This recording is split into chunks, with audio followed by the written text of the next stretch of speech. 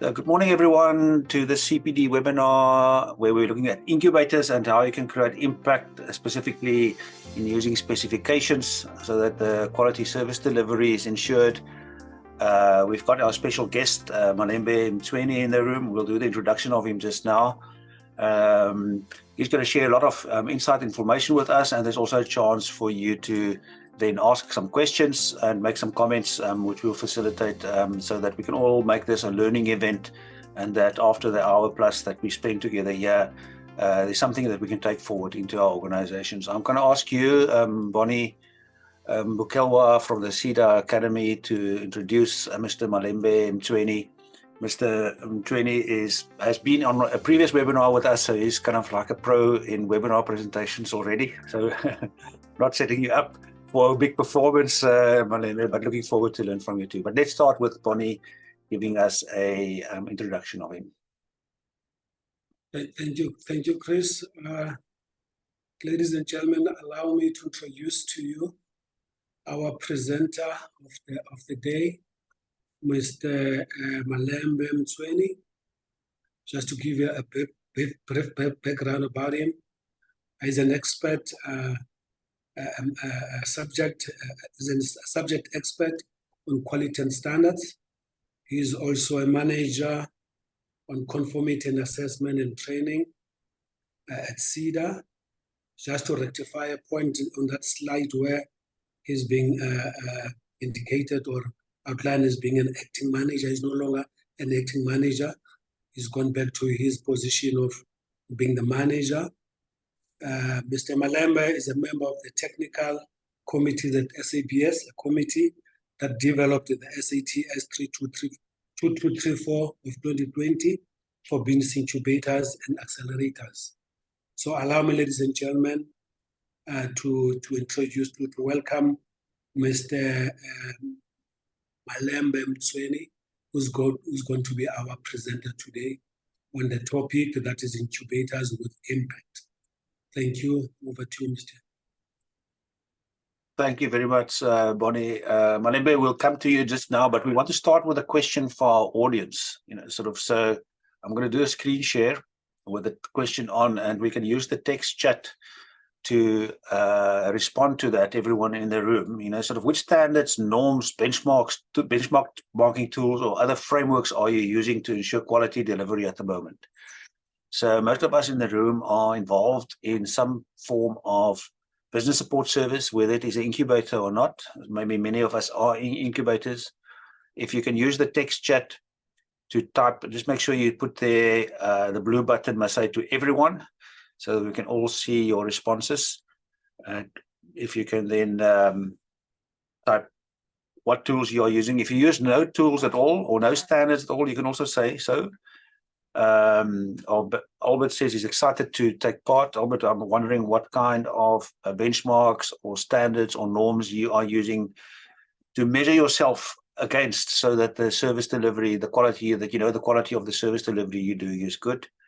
Tebeo, Moduso, would love to hear from you guys. Lucinda, Charmaine. Let's see. Virgil typed there that he is a professional accountant and seasoned financial and business advisor that enables SMEs to improve performance. So you're not perhaps in a incubator, Virgil, but are there any standards or norms, or how do you make sure that you are delivering a good quality service? We can use the text chat to type that in. Or are we just hoping for the best? If we aren't using any benchmarks or norms or tools to help us in making sure that there's quality delivery, then we can say so too. We are all here to learn about tools and so on. Okay, there's Malembe, the answer that you were looking for is the first one to come in, ISO 9001. You'll have to tell us all about that a bit later on. But thanks, Kutsha. So you guys at Property Point are already certified and following those processes. That's interesting to know. Chris Lowe, hi Chris, nice seeing your name here. The financial modeling program that I've developed. He developed his own modeling program to make sure that they stay on track. Buza saying ISQM1 by the IFAC is the main standard they are using. And then Pumutso says they're using ISO 9001 as well as SATS 2234. That's the key words that we are looking for here.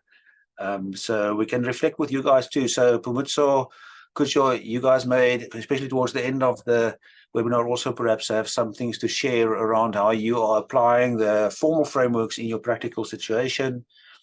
Div, wow, I haven't seen you for a long time. I used to set up a set of standards which I have developed over time, practically for your own standards, you know, sort of. So but there may be some things that are common to the formally registered standards that if you use your own, like Chris does as well.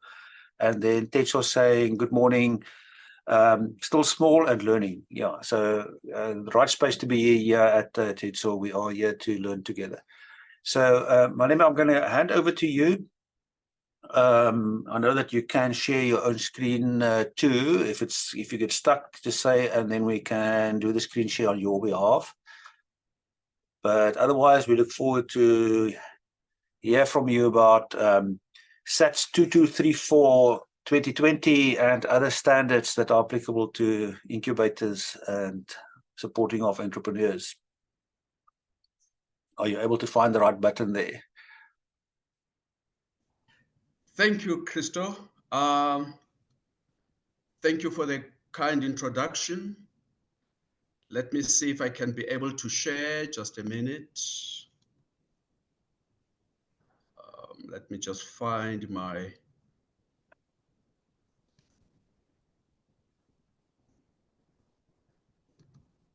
I see. In the meantime, I see Charmaine has also commented, I'm also here to learn and be inspired. Yeah. So yeah, learning it doesn't stop by only the knowledge. It's also to feel that we can go use it, Charmaine. I'm with you there. Are we doing there with the screen share button? It was working just now when we tested, so it should go to. Yeah, the thing is I'm using two screens here. Okay. I'm trying. Well, let me say there's Selu. Hi, Selu from Harip in the Free State SEDA branch. So it's not only the incubators that are here today. And then Virgil also says that they only use ISQM1 by IFAC. I must say, I don't know exactly what that means, but we'll find out today. Godfrey, great to see that you raise your hand. Later in the event, we will have a chance to have discussions and so on too. So we can maybe lower your hand for now.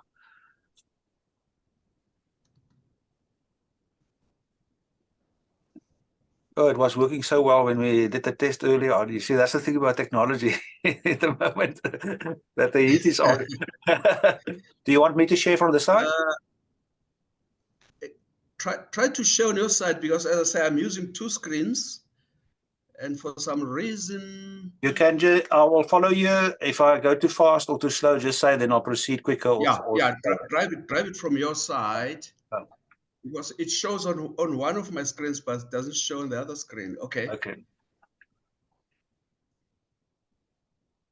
But you may proceed. Thank you, Christo. Yeah, good morning, everyone. What an opportune time to be discussing standards and quality management systems. As you know, this week, we've been very busy, South Africa hosting the BRICS Summit in Sandton, and there were some exhibitions. There are still exhibitions at the Galaga Estate, and it's all about trade.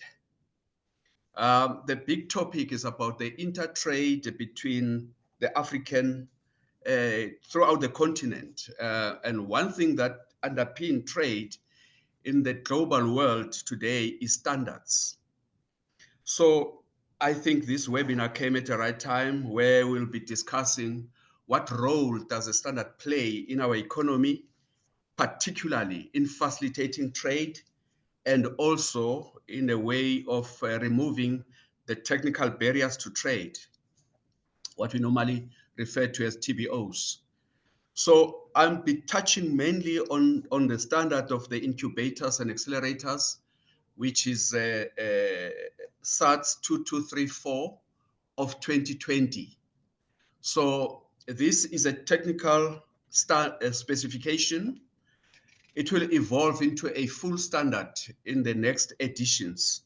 So the reason why we are invited here is to share the knowledge and share the understanding of what brought about this standard in South Africa, particularly in the incubation sector, which actually addresses, I think we are a little bit fast, Christo,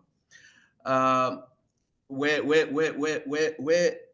actually we've seen in the past few years, and it's been proven over some time in the country when we're battling with the support of small enterprises, where the mortality rate of enterprises was very high. The incubation model was then a model that was trying to mitigate the failure rate of SMMEs, especially the first 5 years of the establishment of an SMME. You find that within 3 years they die and they stop to exist. And we wanted to come up with an instrument that will ensure the longevity of the small enterprises, and hence the incubation model. And the incubation model, what's good about it, is not only a South African way of supporting small enterprises. Also within the BRICS community, which is Brazil, and all the five countries that currently constitute the BRICS, which is Brazil, Russia, India, China, and South Africa. We are all using this instrument. If you go to Brazil, they've got a high number. I think they are almost in the excess of 500 incubators in that country. As South Africa, we're still at about 120, 130, around about that, which is not too bad considering the population. In China as well, China is a country of over 1.2 billion population there, and is also doing well in terms of incubation centers and incubation network. The next slide, Christo. Now, this slide is trying to tell us why are we doing what we are doing. And it's clear from what I've said that the economy, the growth of the economy of South Africa is hugely dependent on the success of entrepreneurs and small to medium size enterprises. However, operating a startup and small business are often faced with a high failure rate due to, but not limited to, lack of technical, inefficient business and management expertise, inability to access finance, and access to appropriate infrastructure. To mitigate these issues and to improve SMME landscape, the South African government has recognized the need to intensify its support and encourage development of the entrepreneurial and scale-up programs, such as incubators and accelerators. Next slide.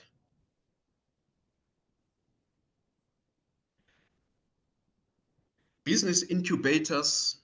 Incubation is a business support process that accelerates the successful development of startup and inexperienced companies by providing them with a range of targeted resources and services. The goal is to produce successful companies that will leave the program financially viable and freestanding. Over the years, an influx of facilities disguised as business incubators has created a need for a guide on minimum standards to set up and operate a business incubator and accelerators. Next slide, please. Let's open the whole thing with a quote from Anthony Robbins, where he says, "More than anything else, I believe it's our decision, not the conditions of our lives, that determines our destiny," close quote.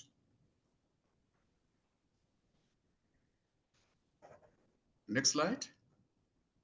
Now, like in any business, when you look at an incubator and standards, or any operation of a business, you'll find a lot of programs, be it the research department, the human resource department, training, customer needs, customer complaints, business strategies, a lot of programs, digital programs, infrastructure, and so forth.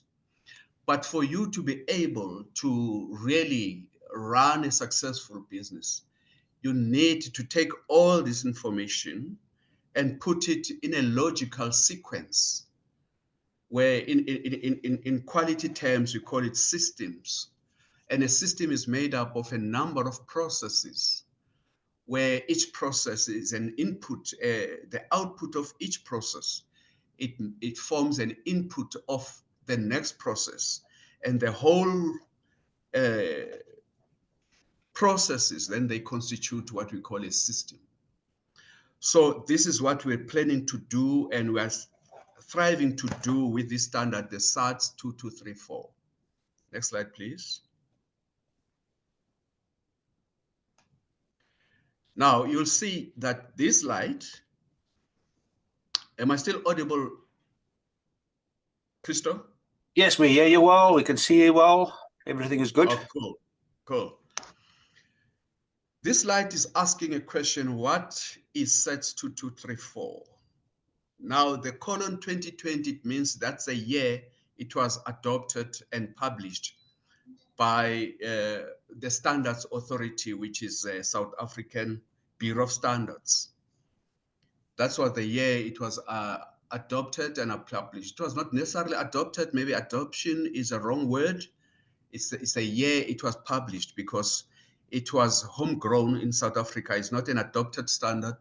We developed it from scratch within the technical committee at SABS, which is Technical Committee 279. That committee is also responsible for innovation. So the very same technical committee that developed the standard is also the same technical committee that is also responsible for innovation.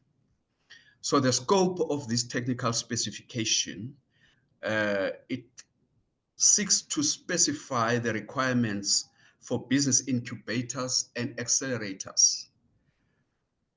And it does not include the co-working space or startup hubs that have no underpinning incubation programs, but only offer access to affordable operating infrastructure.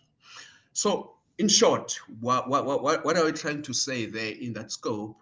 We're trying to say, as much as there's a huge number of incubators out there, that is called incubator simply because they accommodate small enterprises, offering them working space, offering them common boardrooms, access to printers, access to fax machines, access to telephones, and so forth. What we, from SEDA perspective, define as an incubator, it's more than that. It's not only offering a co-working space, but it's a program that says, if I'm an entrepreneur, I want to enter the program, what is there for me up and above the co-working space? What else?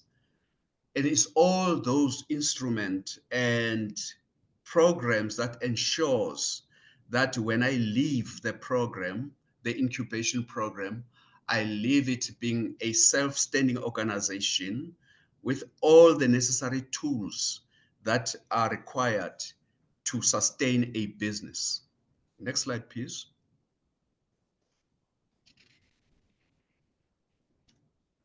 Thank you, Christo.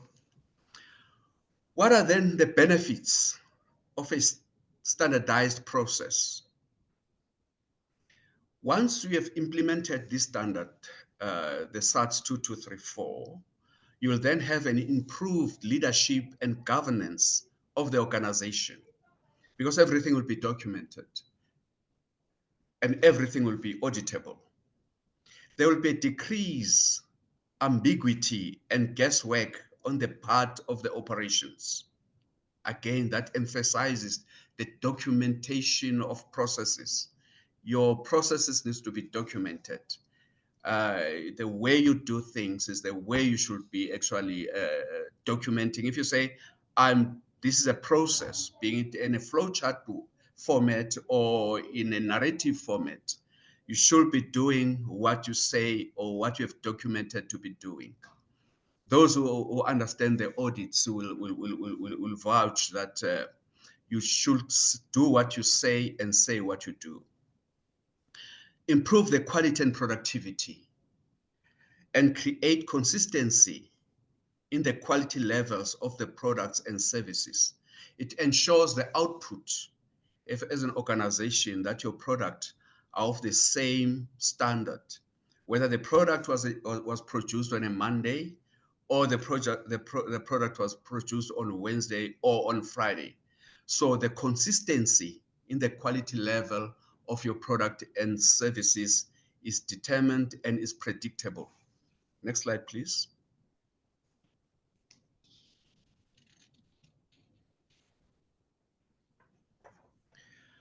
Also, the following are the clauses covered by this specification. For instance, 4.1, understanding the organization and its context. Just talking about that to say, you as an organization, how can, as an entrepreneur that would like to join you as an incubator, what should be my expectation? How can I understand better what you do? So under that clause of understanding the organization and its context, we are talking about the organization. The standard specifies and actually makes sure that as an incubator, you should be able to determine the processes needed for the incubation or accelerator service and their application throughout the organization. I will come back to that. You also need to determine the inputs required and the outputs expected from these processes. As you see, the 4.2, talking about understanding the needs and expectation of the stakeholders, you'll have to know who are your stakeholders. And also knowing your stakeholders, you need to know what their needs and their requirements, and how you as an incubator, you're going to fulfill those needs and requirements. How are you going to determine the sequence and interaction of your processes within the accelerator or in incubator? Determine and apply the criteria and methods, including monitoring, measurement, and related performances indicators needed to ensure the effective operation and control of these processes. Also assign the responsibilities and authorities for these processes within the incubation, within the organization. Who does what? Every process has got a process owner. Evaluate these processes and implement any changes needed to ensure that these processes achieve their intended results. Also, improve the processes and services, because when we talk about quality, we also talk about continual improvement. If you check on 4.3, those will determine the checklists of what needs to happen, when does it happen, and how does it get happened and measured. And 4.4 talks about the services rendered by the incubation. Next slide, please. Now, if you look at 4.5, it talks about intake policy and criteria. This is very important. Like in any organization, as an organization, you can't be everything to everybody. As I've explained in the scope of an incubator, that we are not only offering the core working space, there must be an underpinning program. If I'm entering the program, my expectations as an entrepreneur need to be ensured that I will leave the program being a better entrepreneur than when I entered the program. So the intake policy and criteria should be clear, unambiguous. And if it's documented, it makes life easy for everybody, both for the entrepreneur and for the operator of the incubator or accelerator. You can't, if Joe Soap comes and you say, we will accept you in our program, and when Jim Jones come and you say, no, we don't accept you, without any clear criteria of how do you manage the intake. Hence, the standard says that the organization shall establish, implement, and maintain an intake policy and selection criteria. 4.6 talks about entrepreneurial life cycle stages, where it talks about that the organization as an incubator or accelerator, you should understand the life stage of your entrepreneurs as they enter the system.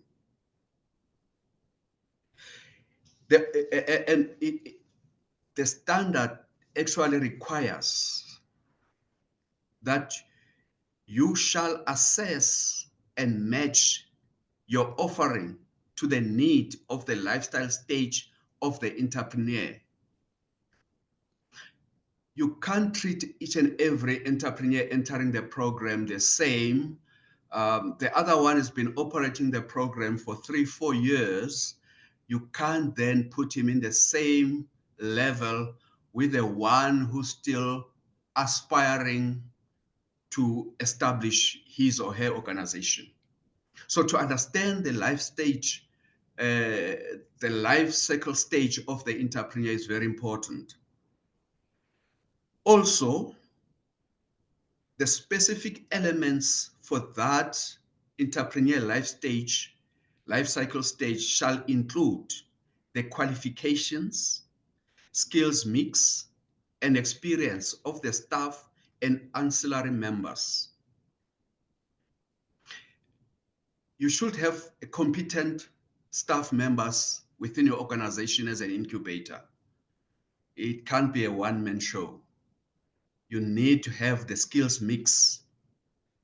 If the incubatees need to understand about financial models, there should be somebody within the incubators who understand financial ratios, the IRRs, the ROIs, and all those things to help the incubatees to understand. And if an incubator needs to understand how he writes a strategy, marketing strategy, there should be somebody within the incubator who should be able, those entrepreneurs, to understand what we mean by a marketing strategy, for instance.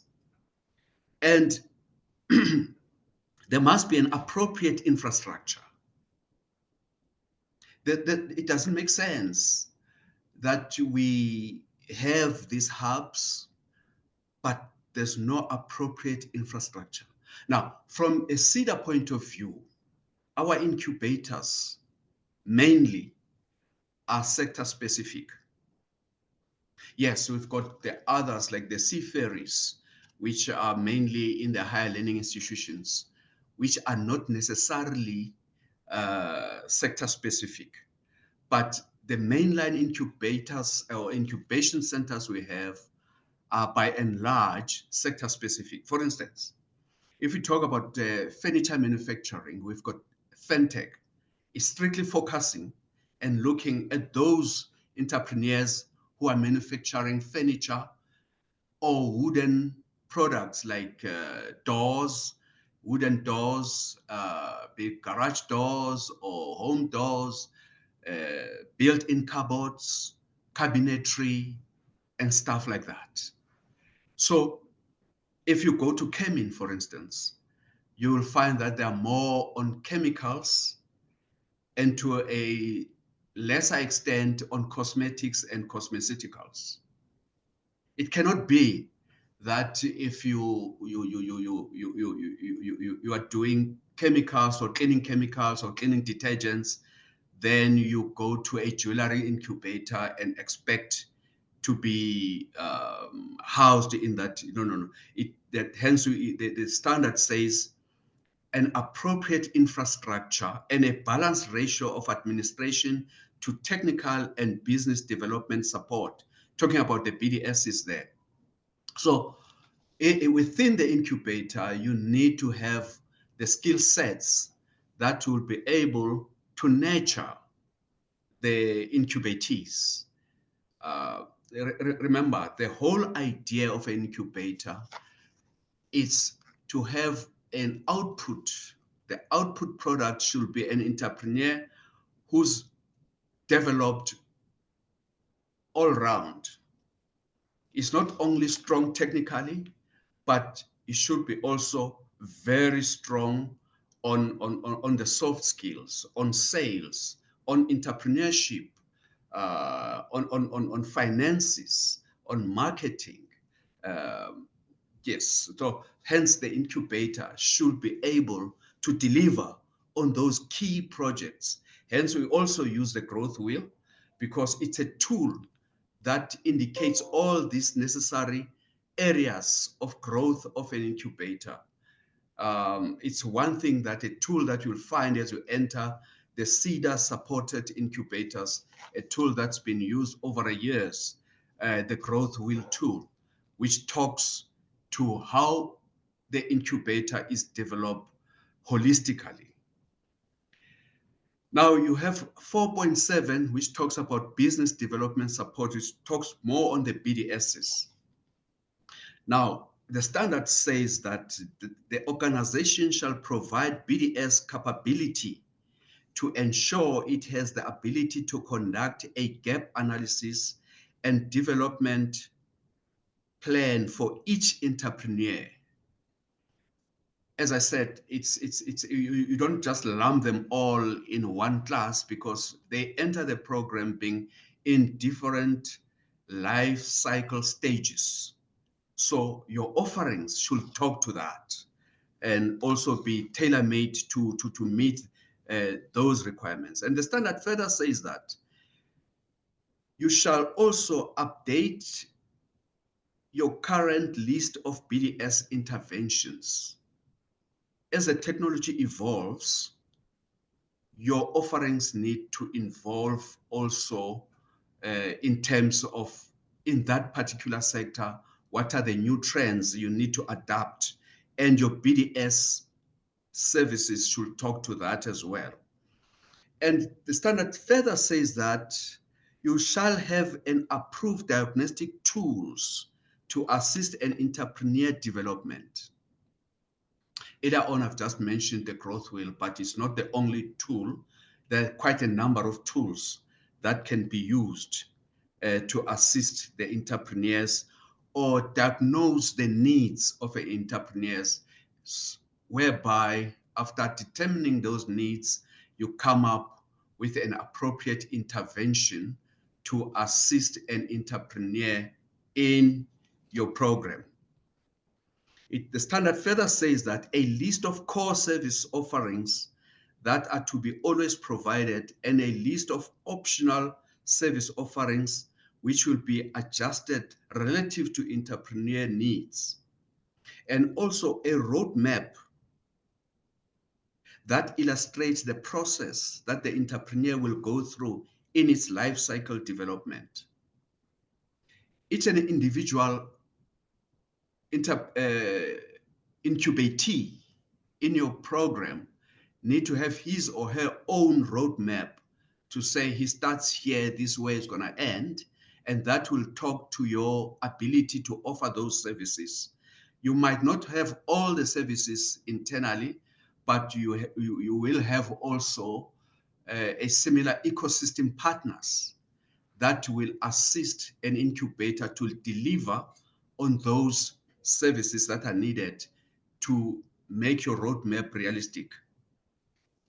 And also the standard says it recommends a recommended service rates for a basic development services must be provided.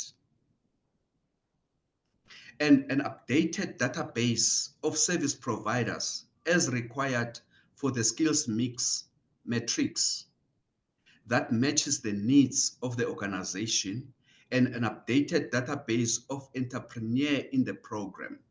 So everything needs to be documented. As I said, you need to have a relationship with other ecosystem partners outside your incubator or your accelerator. For instance, at SEDA, we've got quite a number of external ecosystem partners who we partner with in SMME development, the likes of the South African Bureau of Standards, the CSIR, the TIA, and the list goes on and on. Those are our ecosystem partners, because we can't have all the services internally. So we work in partnership with our other ecosystem partners. Now we go to 4.8. It talks about the management. How do you manage the whole center internally? Which is very important. Management, it's where I think my colleagues normally talk about a jockey and a horse.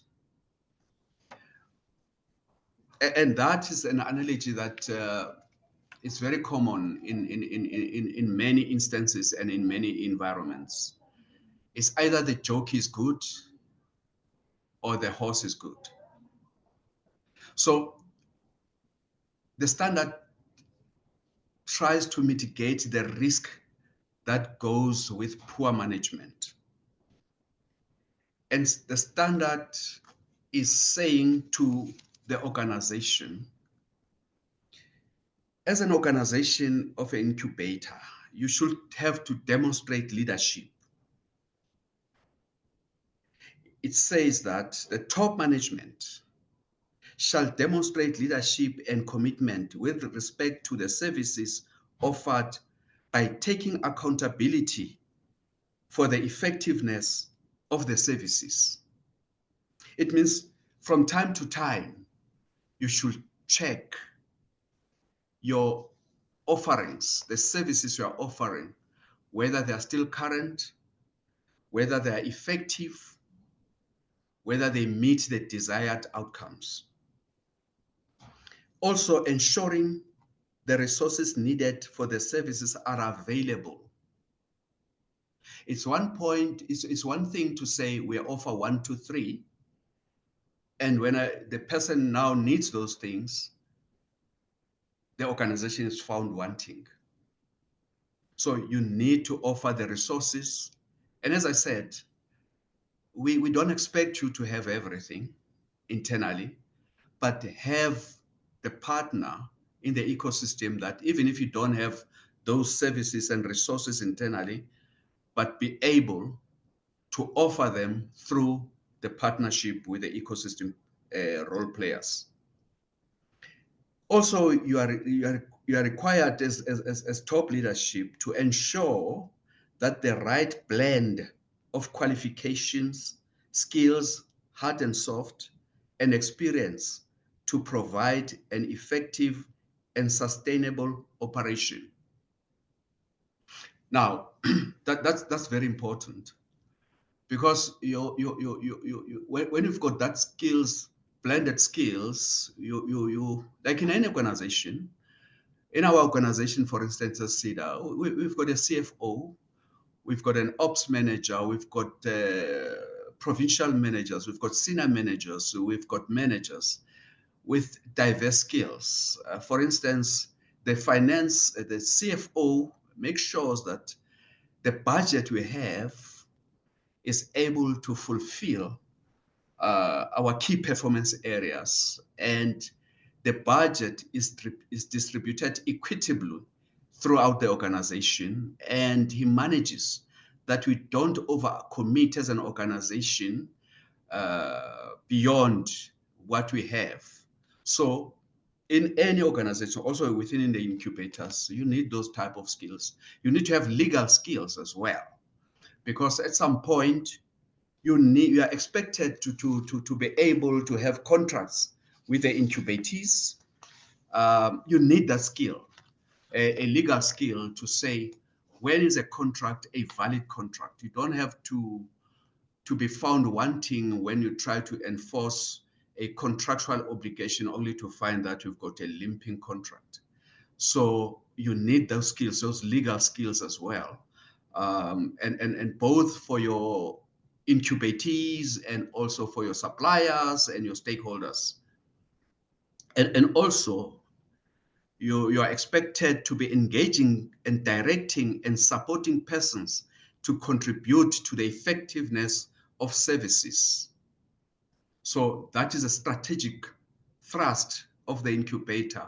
You need to have each an incubator as an organization. You need to have a strategy that says, how is everybody directed in one direction to actually contribute to the overall goals of the incubator.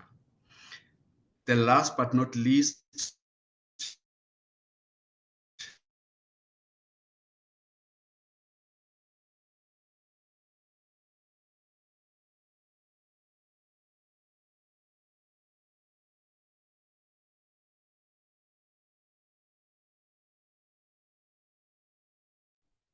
Did we lose Malembe? I thought it was just me, but the sound did go down. Let's just see if we can get you unmuted and see if that works. Malembe? I thought it was me. No, you must unmute first. Because are assigned, communicated the roles and responsibilities. She's back. Yes. Hello. Just 1 second. Is that on? How did I? How did I get muted when I talk No, about such serious things? There was a delay in the internet, and what Zoom does then, it buffers you. So even if you thought you were speaking, it gave us the text very quickly. But maybe you can just step back one point to make sure that we are covering it. Okay, I'm not sure where did I stop. It was just the last two sentences. Just the last two sentences. Okay.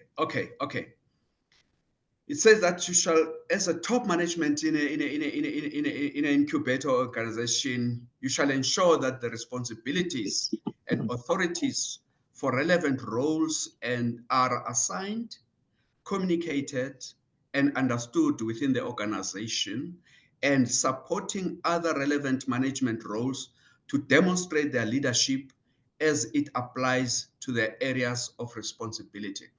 Those are the responsibilities assigned to top management. Now, it further talks to actions to address risks and opportunities. It says the organization shall consider the issue referred to in above 4.1.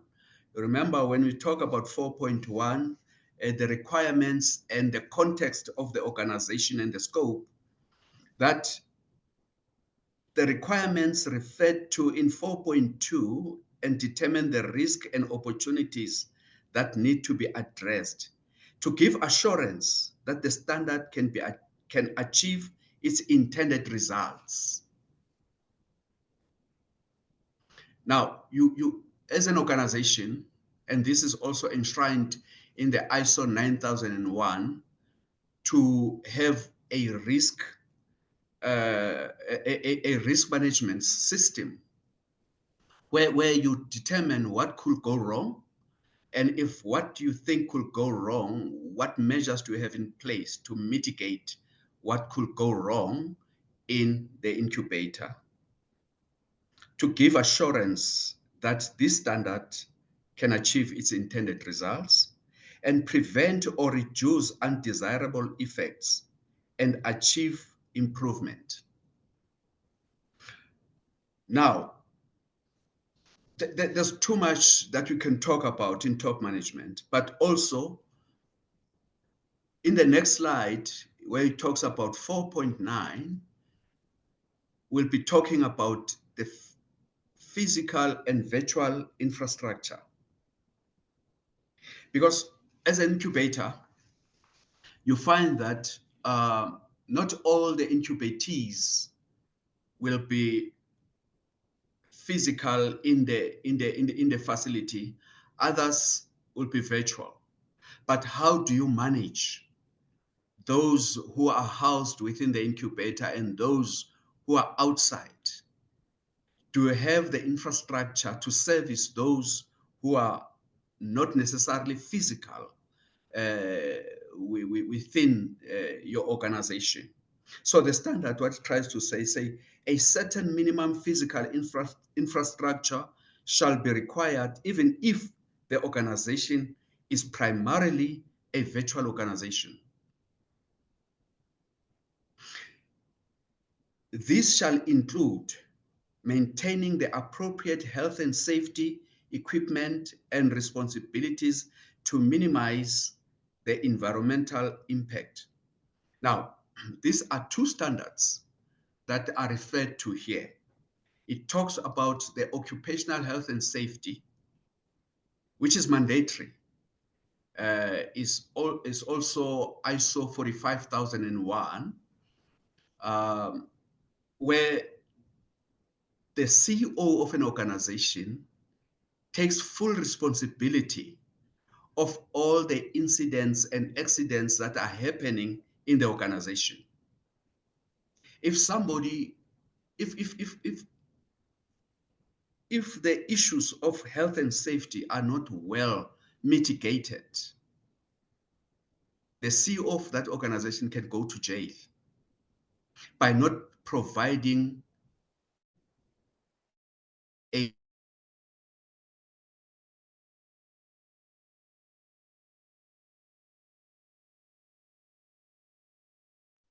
Malembe, we can't hear you. We lost you again, so let's see. Let's try to do the same thing we did last. I'm going to mute you, and I'm going to ask you to unmute, and we see if that works.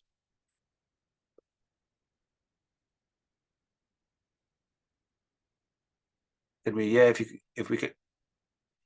No, it's still no sound. I'm actually going to. I wonder if it's persisting now that you sign out and sign back in. If you just exit the meeting and come back. Okay. Oh, there you are. We hear you now. If it persists, then maybe we'll have to do that. But let's see how it goes for now. That's strange. It's very Are we strange. load shedding now? There's always load shedding somewhere. Okay. Okay. Where should I start? Physical. I don't know, where did I go? Yeah, you've spoken about the virtual, and even there the standards apply. Okay. Let me start there again. The physical and virtual infrastructure, the standard requires that a minimum physical infrastructure shall be required even if the organization is primarily a virtual organization.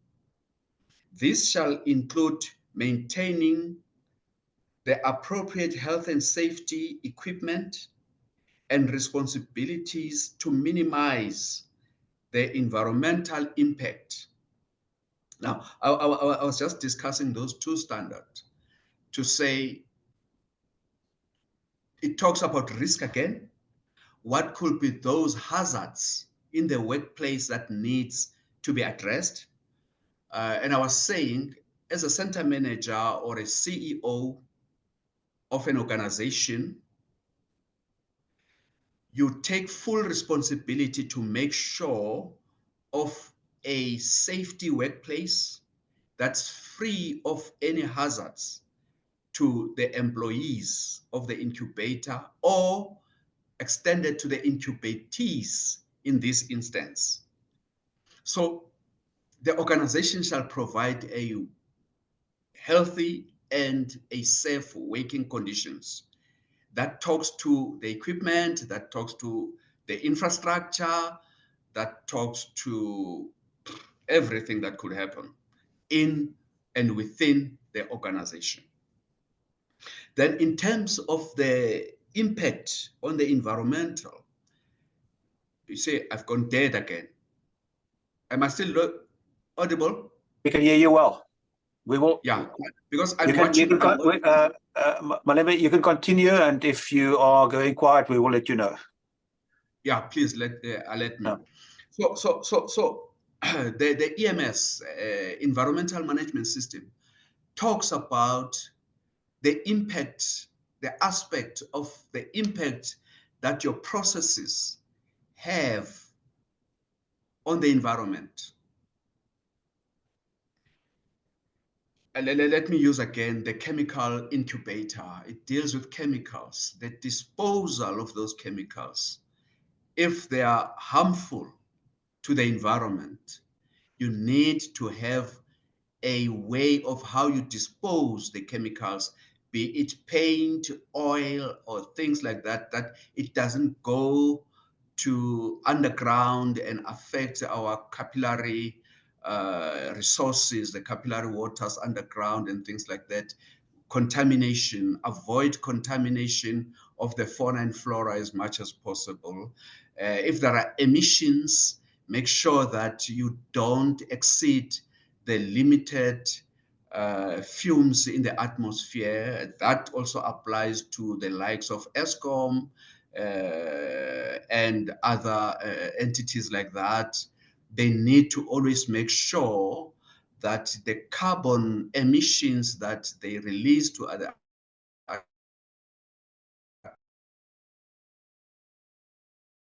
that clause of 4.9, it talks that the organization shall provide an appropriate level of connectivity given the nature, skills, and market requirements of the organization and its entrepreneurs, while recognizing that connectivity can enhance competitiveness. Now, most organizations now are already on G5.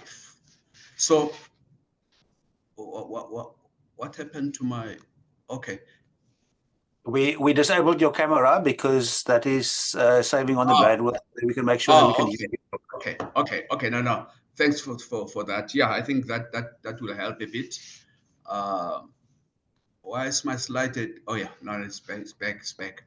Okay. Talking about connectivity, as an incubator, make sure that the internet is there, that even if you've got Wi-Fi, your incubatees, and you are able to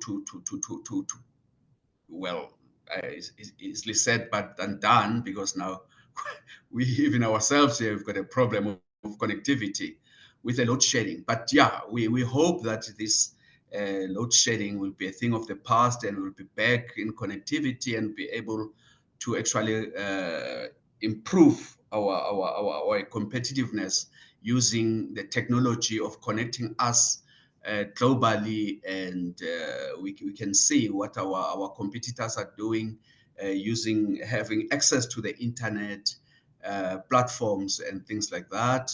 And also for auditing, you can audit now a company in Mauritius being here in South Africa, also using this infrastructure that we are on now, the webinars, and you can train people outside using webinars. So that connectivity, it really it's very important.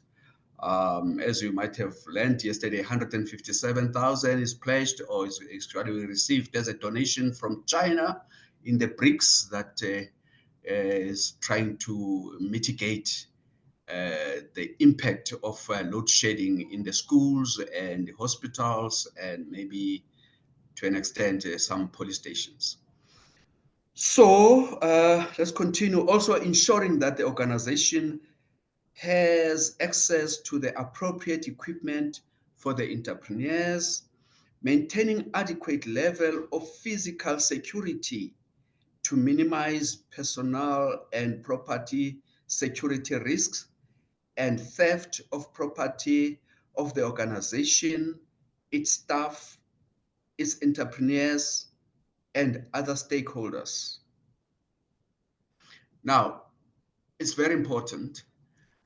Some of equipment are very expensive. You need to have that good security measures that you don't experience some losses. And some stuff, products also, they're very, very, very expensive. What comes into my mind here is a jewelry incubator where they actually from time to time they deal with precious metals.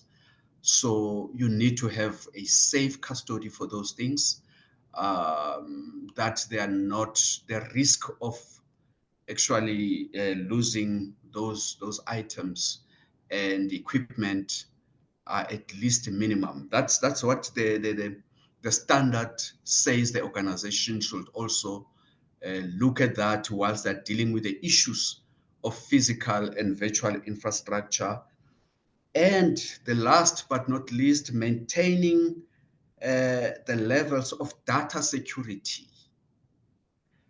As SEDA, we were the victim of that as well. We have learned from the past incidents of cybersecurity challenges.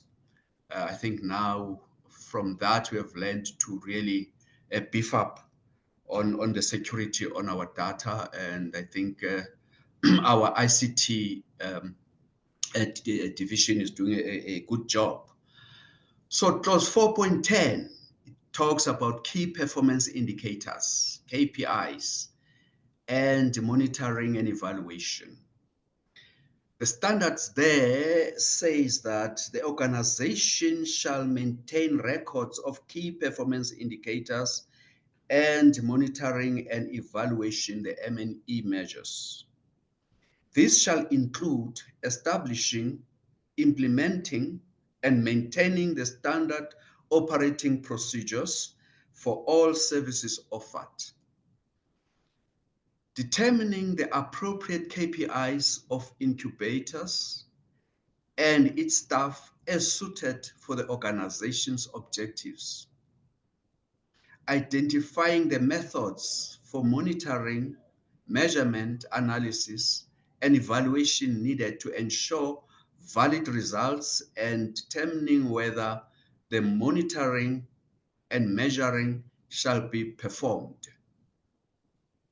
Also, ensuring that processes are in place to conduct the M&E of all services offered, determining the gaps and plan for corrective action when identified. So this is required from the organization. It needs to demonstrate. If I was an auditor and I'm coming to audit your organization in terms of the SARS 2234, I would like you as an organization to demonstrate to me how do you continually evaluate and measure the effectiveness of your services vis-a-vis the impact of your offerings to your audience, which in this case is your SMMEs. And also this doesn't only confine to the SMMEs, but also to all your stakeholders. How do you conduct your M&E to your suppliers, for instance? How do you conduct the M&E to your customers? And how do you conduct the M&E to your internal resources, your internal HR resources? Now, you shall also retain appropriate documented information as evidence of the results. Maintain appropriate records of performance and occupancy of entrepreneurs, and when not meeting standards, putting corrective measurement in place and maintaining appropriate records of key performance indicators of critical staff, and when not meeting standards, putting corrective measurement in place. That's simple, in simple terms, what we'd call staff appraisals, staff performance appraisals. Now, also, there are checklists on these standards as annexures that when you get hold of the standard, you can have those checklists and see what you need to put in place. So we go to 4.11, governance. Now, governance is very key. As the saying goes, that the fish rots from the herd. This talks to top management of the organization. So unless top management take special interest on this standard, the SATS 2234, nothing will happen on the bottom.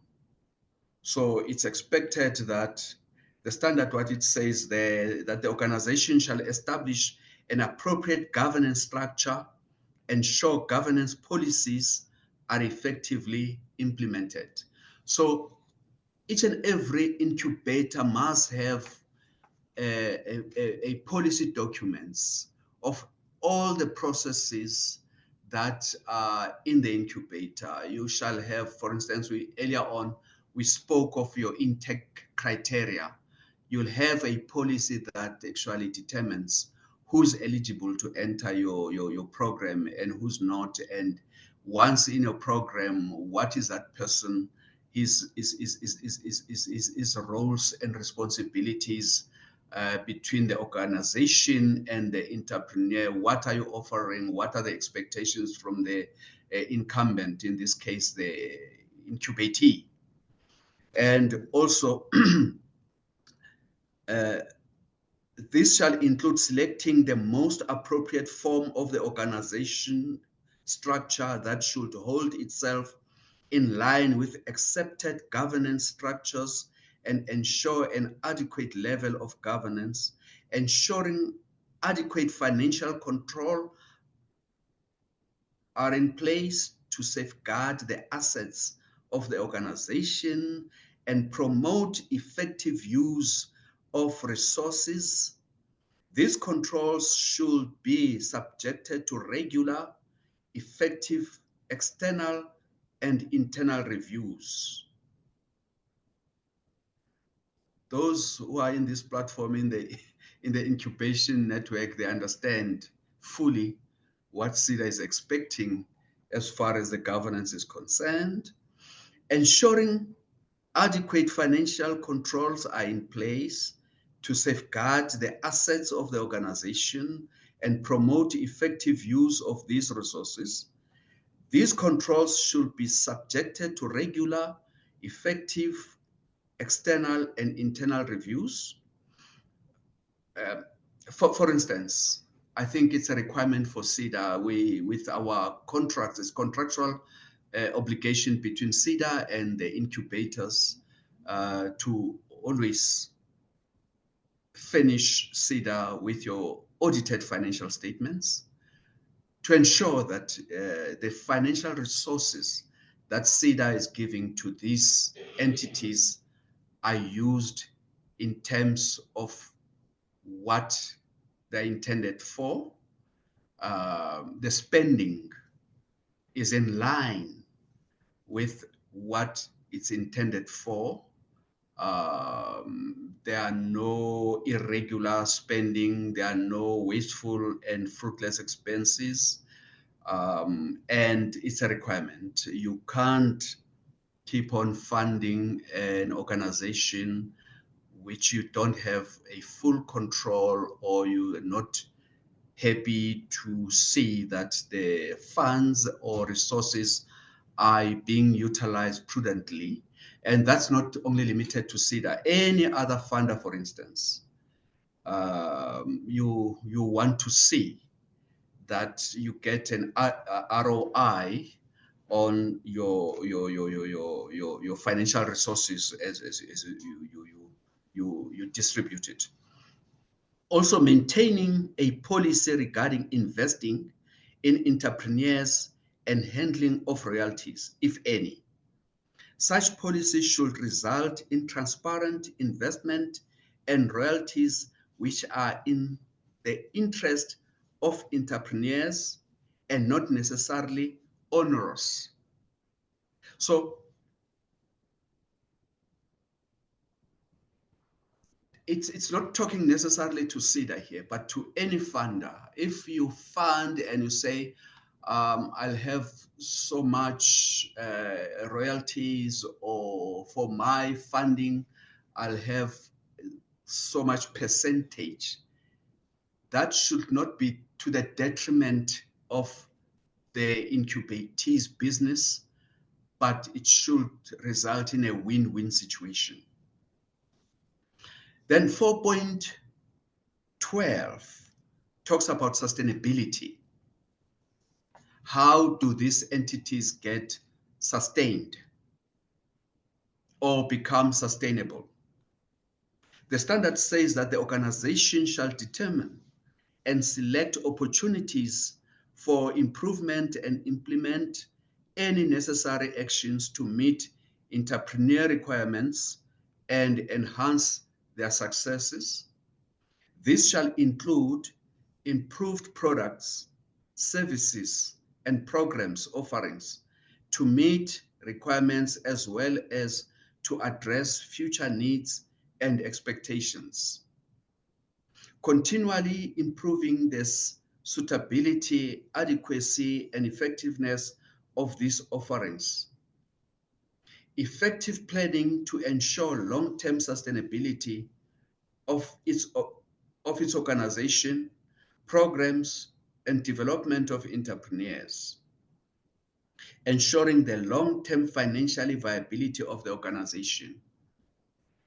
Sustainability is very key, and you shall have a sustainability model that you can demonstrate both to your funders, be it SEDA or any funder, for instance, to say, this is our model that ensures that this organization will be in operation for a reasonable, foreseeable future.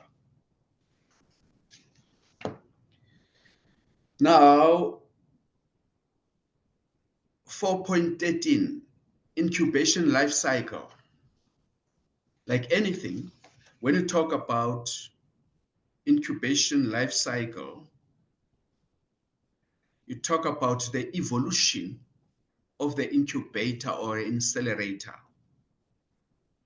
The incubation life cycle depicts the formative evolution of an incubator facility from an enterprise, industry, or sector need, its establishment to best service that need, the certification process against a set of standards to allow for conformity and a level of quality assurance for the incubator embedded or immerse itself and its maturity levels to self-sustainability.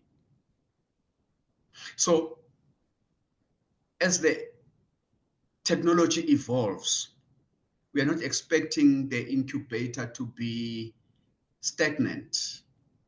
Everything evolves, especially in the ICT. Our incubators and digital hubs, as the ICT is fast-paced, we also expect for them to attract funders and broader funders is when they can demonstrate their adaptability to the new trends and the new technologies. 4.1.4, it talks about business incubator framework. There are slides here that shows how that framework is actually developed. It talks to the ecosystem builder fit. It talks about pre-incubation. What services are you offering? Let's talk, for instance, about the ecosystem builder fit.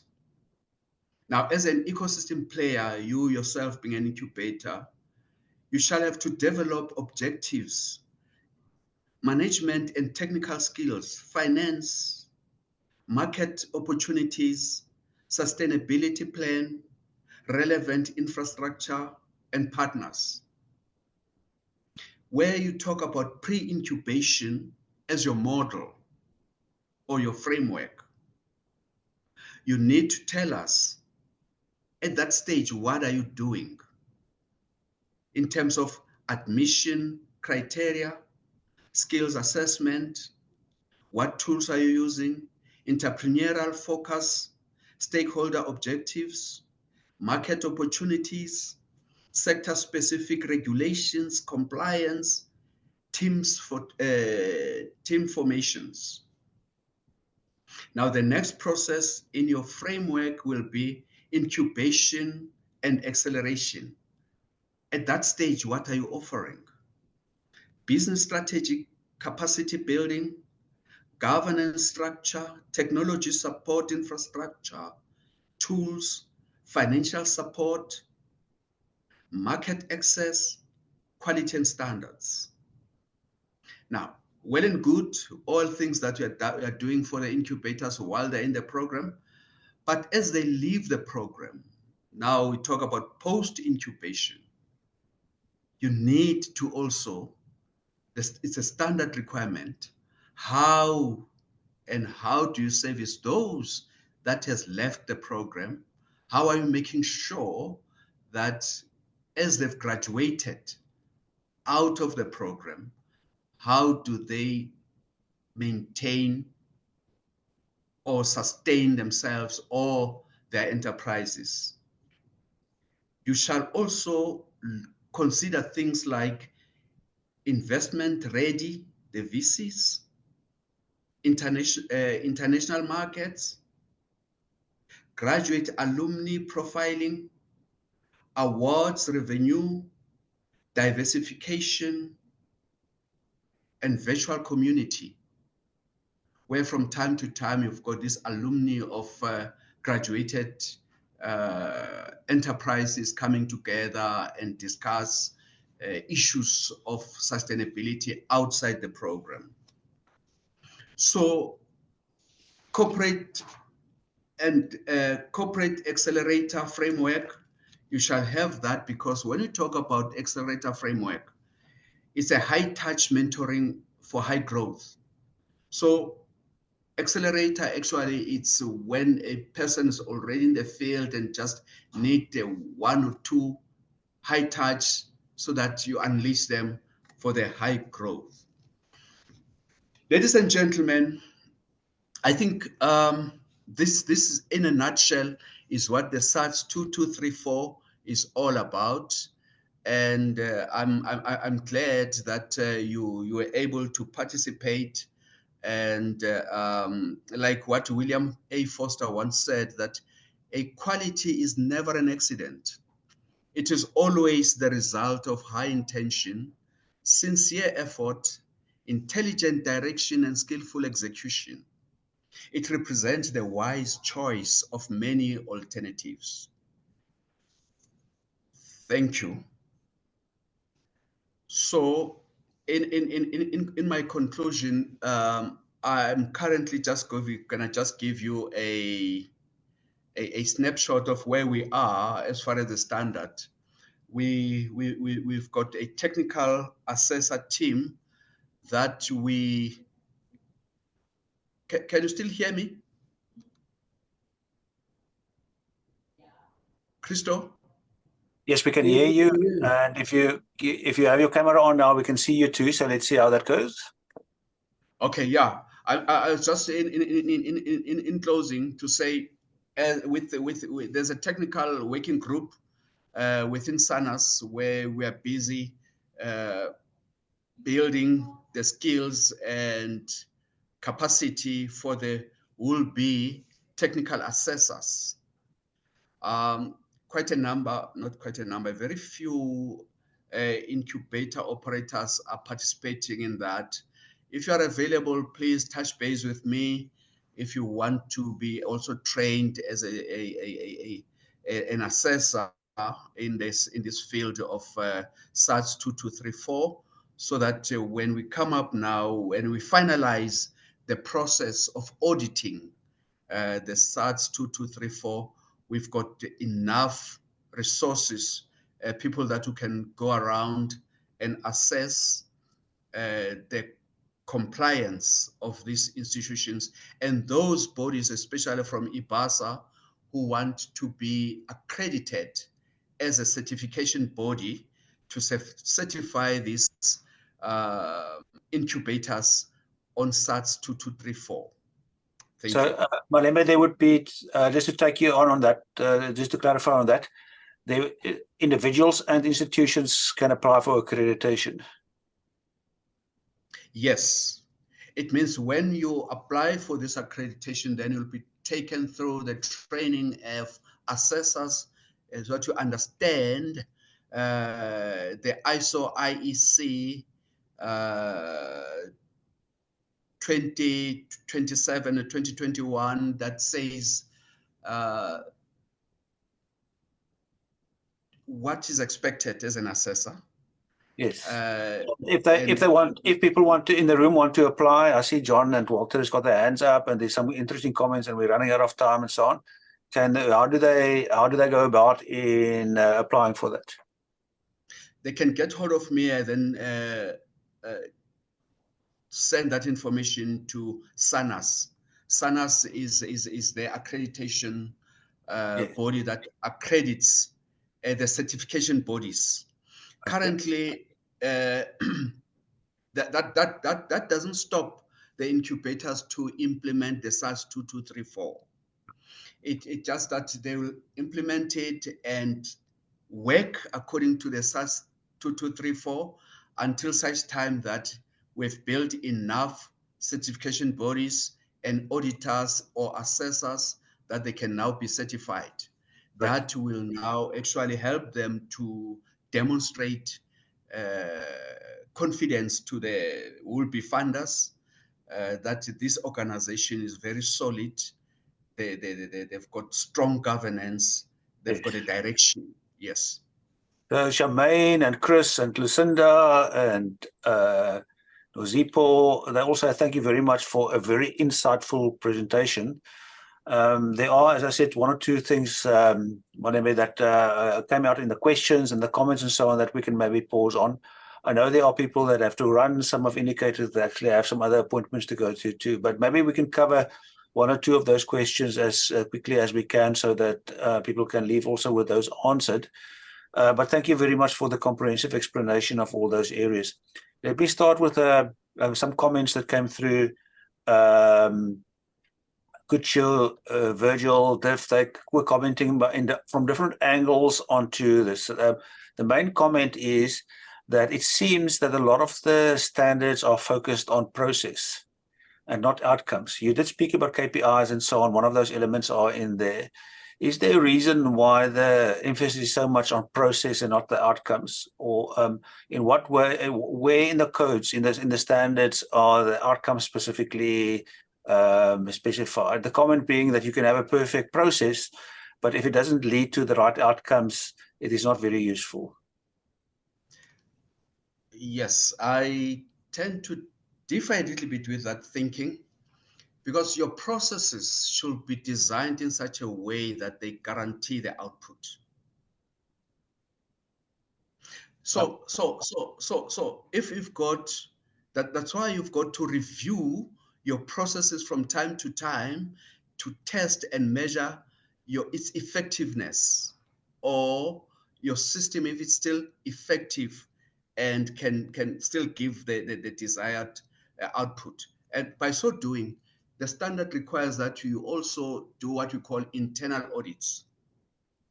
Because then when you get audited and findings are raised, it mainly talks to your processes. I wonder if Christo understand where I'm coming from. Yes, I understand what you're saying. Yeah. Whatever audit finding talks to your processes is not pointing to you, is either the weakness in your processes or your ineffectiveness of your processes. So if you tighten your processes, your output is almost predictable. Yeah. I think that is a clear positioning. So I'm not sure those that have commented about that, if you may have a follow-up on that. Albert is asking about us sharing the presentation. Yes, the recording will be made available. You can go to the IBASA website or the EPI's Entrepreneurial Planning Institute YouTube channel, and you'll be able to see the recording there, Albert. I'm not sure if SEDA's got other plans to share perhaps too, but we can share those links easily. So let us, I see Walter has got his hand up. Walter, I will allow you to quickly talk just now. Just stay muted for a moment. But we did have during your presentations various comments around things like Charmaine was asking about the qualifying criteria for qualifications, and maybe that is something that you can talk. There seems to be the interest in the room from that. And then there's some specific questions that someone that didn't put in their name was asking around specific clauses. But let's focus on this one, which is a topical one, which is about data protection and privacy. You know, sort of. So, how is SATS 2234 dealing with those requirements around how the information is dealt with? So maybe if we can focus on those two things, and then I think Walter, we can maybe come to you now too. Or let's hear from Walter, and then we've got the three questions. Walter, can we hear from you? You need to unmute. Otherwise, we're going to proceed without hearing from you. Okay, and it looks like Walter is struggling. So Charmaine's question, Charmaine's question about the criteria for becoming an assessor, and then the anonymous question around privacy and how dealing with information and the POPIA Act is dealt with in the standards. Yes, look, let me start with the qualification. Ideally, because the standard by its nature, and any other standard for that matter, it tends to be very technical. So ideally, it should be a person who can demonstrate a knowledge and understanding of small enterprises, organizational infrastructure, and like IBASA, for instance. I think you from time to time, it's an organization that deals with individuals who actually demonstrate understanding of how you support a small enterprise. So that will on its own be able to say you are able to deal, and also a relevant, maybe a prior understanding of standards. If there's any other standard, because this is a new standard, I think nobody is expected to be an expert on just a newly published standard. But if you've got a background of standards like other standard, like be a quality management standard, ISO 9001, food safety standard, health and safety standard, ISO 45001, environmental standard, ISO 14001, and those, any relevant standard for that matter, might put you in a good stead. The second one, dealing with the POPIA Act and also security, it goes from organization to organization. As any standard, we can't say you shall, this is how you provide security to your data. You will have to demonstrate to say, how do you secure your data, both whether the data is saved offshore or outside the organization, and there's so many ways. The standard is not going to say do it this way. The same when I talk about tools, diagnostic tools. The standard is not going to say use this tool. For instance, the growth wheel. No. The standard is not prescriptive. You can use any other tool. So the same goes, because the standard is trying to be as generic as possible, because the incubators and accelerators are very diverse. They're in very different sectors. So the standard is as generic as possible. You are muted, Christo. I'm muted. I had someone making a noise outside, so I just muted for a moment. Thank you very much, Malembe. Very insightful, and as people in the room has also commented in the text chat, sort of they've gained a lot from this. There are obviously more questions and more things to discuss as the standards are being formalized, as we understand how we can combine the standards with other things, because I think Virgil had to leave already, but he posted there a link to a post that he made around how to ensure quality, and standards is not top of the list. There are a lot of other things that he's mentioning there too, and how adherence to the standard and the processes and meeting the processes are combined with other things, I think, is what he was highlighting too, that we don't just isolate standards as the only thing that's going to create the quality of service delivery. But let's hear quickly from Bonnie and Derek, their thoughts before we start wrap up. And then, Malembe, perhaps we can ask you to make a final concluding statement for us for our event today.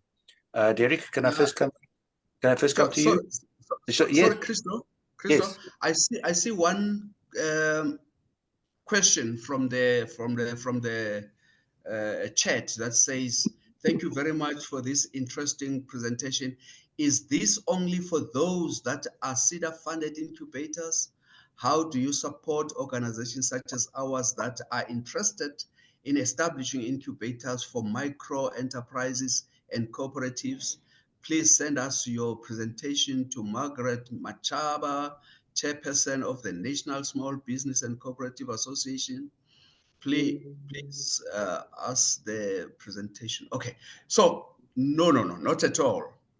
SEDA, as an ecosystem facilitator, has just worked with the South African Bureau of Standards to craft this standard. It's not meant for SEDA funded incubators.